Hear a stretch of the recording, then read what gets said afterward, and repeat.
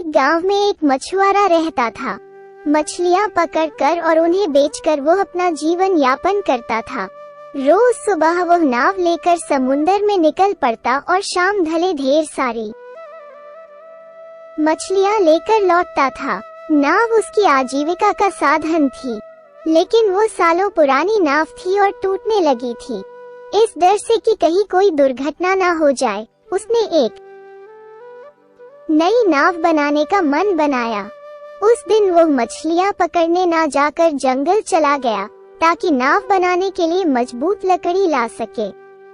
नाव बनाने की मजबूत लकड़ी खोजते खोजते वो जंगल के बहुत अंदर चला गया और रास्ता भटक गया। शाम हो चली थी। धीरे धीरे अंधेरा होने लगा था। मछुआरे को समझ नहीं आ रहा था कि क्या करे, कहाँ जाए। तभी बादल घिर आए, बिजली चमकने लगी और जोरों की बारिश शुरू हो गई। मछुआरा रुकने के लिए आसरा खोजने जल्दी जल्दी आगे बढ़ने लगा। तभी किस्मत से उसे एक झोपड़ी दिखाई पड़ी। उस झोपड़ी की खिड़की से लालटेन की रोशनी नजर आ रही थी। मछुआरा उस झोपड़ी के पास पहुंचा और दरवाजा खटखटाने लगा। दरवाजा एक बूढ़े व्यक्ति ने खोला। उसे देख मछुआरे ने सारा हाल कह सुनाया और बोला, बाबा, मैं बड़ी मुसीबत में हूँ। ऐसी अंधेरी रात जंगल में कैसे गुजारूं? रात भर के लिए मुझे अपने घर आसरा दे दो। बूढ़ी ने उसे घर में बुला लिया। मछुआरे ने देखा कि उस घर में एक बूढ़ी औरत भी है। उसने अनुमान लगाया कि वह अवश्य बूढ़े आदमी की पत्नी होगी। उसने उसे प्रणाम किया, लेकिन बूढ़ी औरत ने कोई उत्तर नहीं दिया और एक कोने में बने चूल्हे पर खाना बनाने लगी। बूढ़े व्यक्ति ने एक चटाई बिछाई और मछुआरे को उस पर बैठने को कहा। मछुआरा चुपचाप चटाई पर बैठ गया और इधर उधर देखने लगा। बूढ़े आदमी ने उससे कोई बात नहीं की। उसने बूढ़ी औरत से भी कोई बात नहीं की। उनका व्यवहार देख मछुआरा चकित था। कुछ देर बाद बूढ़े व्यक्ति ने मछुआरे को भोजन दिया और स्वयं भी बूढ़ी औरत के साथ भोजन करने लगा। फिर वो दोनों सो गए। मछुआरा भी चटाई पर लेट गया, लेकिन उसे नींद नहीं आ रही थी। वो लेटे लेटे बूढ़े आदमी और औरत के बारे में सोच रहा था। दोनों उसे रहस्यमय लग रहे थे। इतने घने जंगल में अकेले रहना और बिल्कुल बातें ना करना। मछुआरे को लग रहा था मानो वे कोई भेद छुपा रहे हों। वो ये सब सोच ही रहा था कि उसे एक आहट सुनाई पड़ी। उसने आंखें घुमाकर देखा तो हैरान रह गया। बूढ़ा आदमी धीरे धीरे एक संदूक के पास गया और उससे एक टोपी निकाल ली। फिर उसे पहनकर बोला, गिली गिली छू उड़ जा तू। इतना कहते ही बूढ़ा गायब हो गया। थोड़ी देर बाद बूढ़ी औरत उठी और संदूक के पास जाकर उससे एक टोपी निकाल ली। फिर उसे पहनकर वह भी बोली, गिली गिली छू उड़ जा तू, और गायब हो गई। ये देख मछुआरा हक्का बक्का रह गया। अब वो झोपड़ी में अकेला था। उसने सोचा कि देखता हूँ कि उस संदूक में आखिर क्या है। वह संदूक के पास गया और उसे खोल दिया। उसने देखा अंदर एक टोपी पड़ी हुई है। उसने वो टोपी निकाली और पहन ली। फिर बोला, गिली गिली छू उड़ जा तू।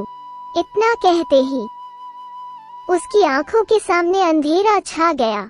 उसे महसूस हुआ कि वो उड़ रहा है। कुछ देर बाद जब अंधेरा छटा तो उसने खुद को एक महल की रसोई में पाया।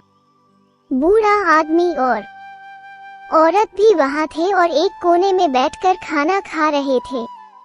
मछुआरे को वहाँ देख वे आश्चर्यचकित रह गए, लेकिन बोले कुछ नहीं। जल्दी जल्दी खाना खत्म किया और महल की रसोई में रखे सोने चांदी के बर्तन अपनी झोली में डाल लिया। फिर टोपी पहनकर बोले, गिली गिली छू उड़ जा तू, और गायब हो गए। मछुआरा अपने स्थान पर खड़े खड़े रसोई का मुआयना करने लगा। स्वादिष्ट खाने की खुशबू जब उस तक पहुंची तो उसे भूख लगाई। उसने सोचा कि मैं भी खाना खा लेता हूँ और वो खाना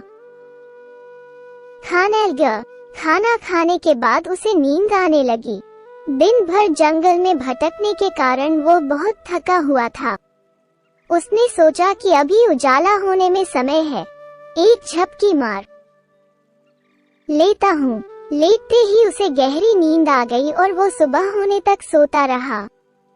सुबह जब राजमहल रसोइया रसोई में आया तो एक आदमी को वहां सोते देख चौंक गया। वह तुरंत सैनिकों को बुला लाया। सैनिकों ने मछुआरे को जगाया और उसे रस्सी से बांध दिया।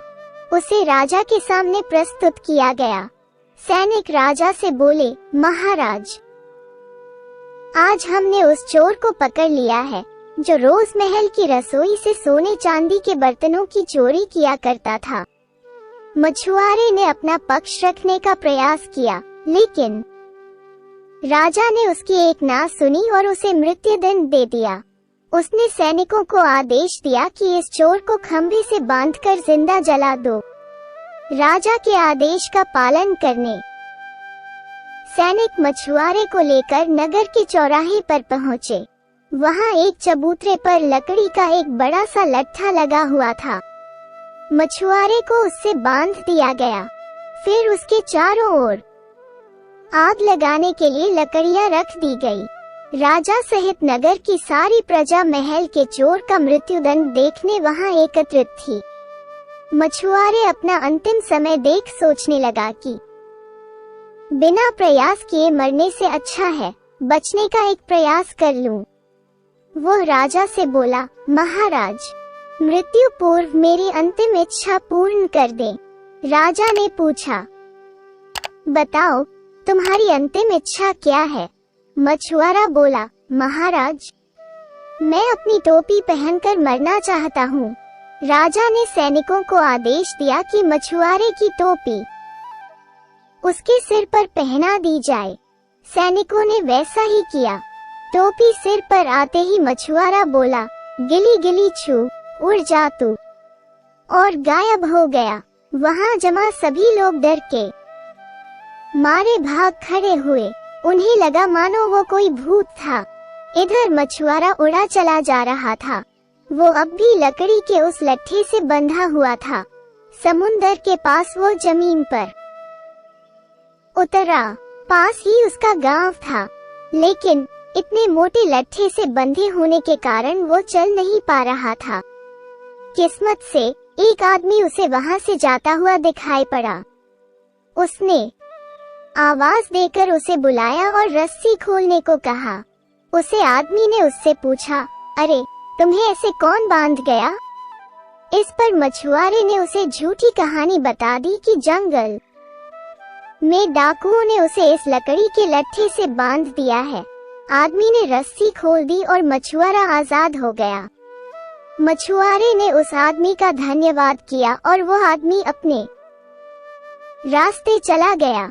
इधर मछुआरे ने देखा कि जिस लकड़ी के लट्ठे से वो बंधा हुआ था वो नाव बनाने के लिए उपयुक्त था। इस तरह उसे नाव बनाने के लिए लकड़ी मिल गई। उसने उस लकड़ी से नई नाव बना ली। जादुई टोपी उसके पास ही रही, लेकिन उस दिन के बाद उसने कभी उसका उपयोग नहीं किया। वो अपने साधारण जीवन में सुखी था। सीख, मोरल ऑफ द स्टोरी, मुसीबत के समय बुद्धिमानी से काम लेना चाहिए। फ्रेंड्स, आपको जादुई टोपी की कहानी कैसी लगी? आप अपने कमेंट्स के द्वारा हमें अवश्य बताएं। कहानी पसंद आने पर लाइक और शेयर करें। ऐसी ही अन्य जादुई कहानी पढ़ने के लिए हमें सब्सक्राइब कर लें। थैंक्स।